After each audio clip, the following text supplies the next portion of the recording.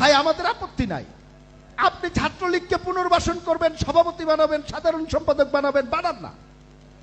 কিন্তু আমাদের একটি বক্তব্য কিন্তু আছে, এই ছাত্রলীগ যখন ছাত্রীবন্ধুদেরকে ধর্ষণ করেছে, এই ছাত্রলীগ যখন বিশ্বজিৎকে হত্যা করেছে, আরবারকে হত্যা করেছে, এই ছাত্রলীগ যত অপকর্ম করেছে তার সব দায়ভার আপনাকে নিতে হবে।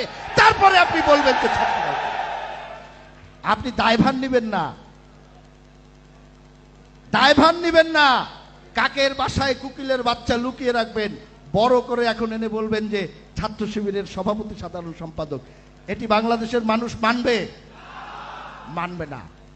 ভাই প্রকাশ্যে আসেন না। আমার ছোট ভাই সভাপতি বলতে পারে না, আমি পরিষ্কার করে বলে দিলাম, ভাই প্রকাশ্যে আসেন না। পেছনে কেন? নিষিদ্ধ করেছে ছাত্রলীগ, সরকার নিষিদ্ধ করেছে, এদেশের মানুষ জনগণ নিষিদ্ধ করেছে। আপনারা এদিক ওদিক এই যে কি বলে এদিক ওদিক হঠাৎ করে 5-7 জন হেলমেট পরে কেন প্রকাশ্যে আসেন না রে ভাই? আসেন না প্রকাশ্যে।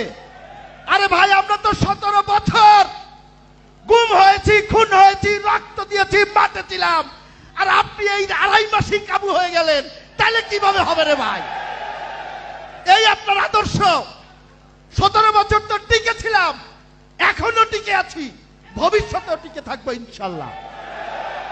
এই বগুড়ার মাটিতে দাঁড়িয়ে বলে গেলাম, শহীদ জিয়ার আদর্শের সৈনিকেরা কখনো পিছপা হয়নি, যতক্ষণ জীবন আছে রাজপথে ছিল, আছে এবং থাকবে। এবার আসি অন্য আলোচনায়।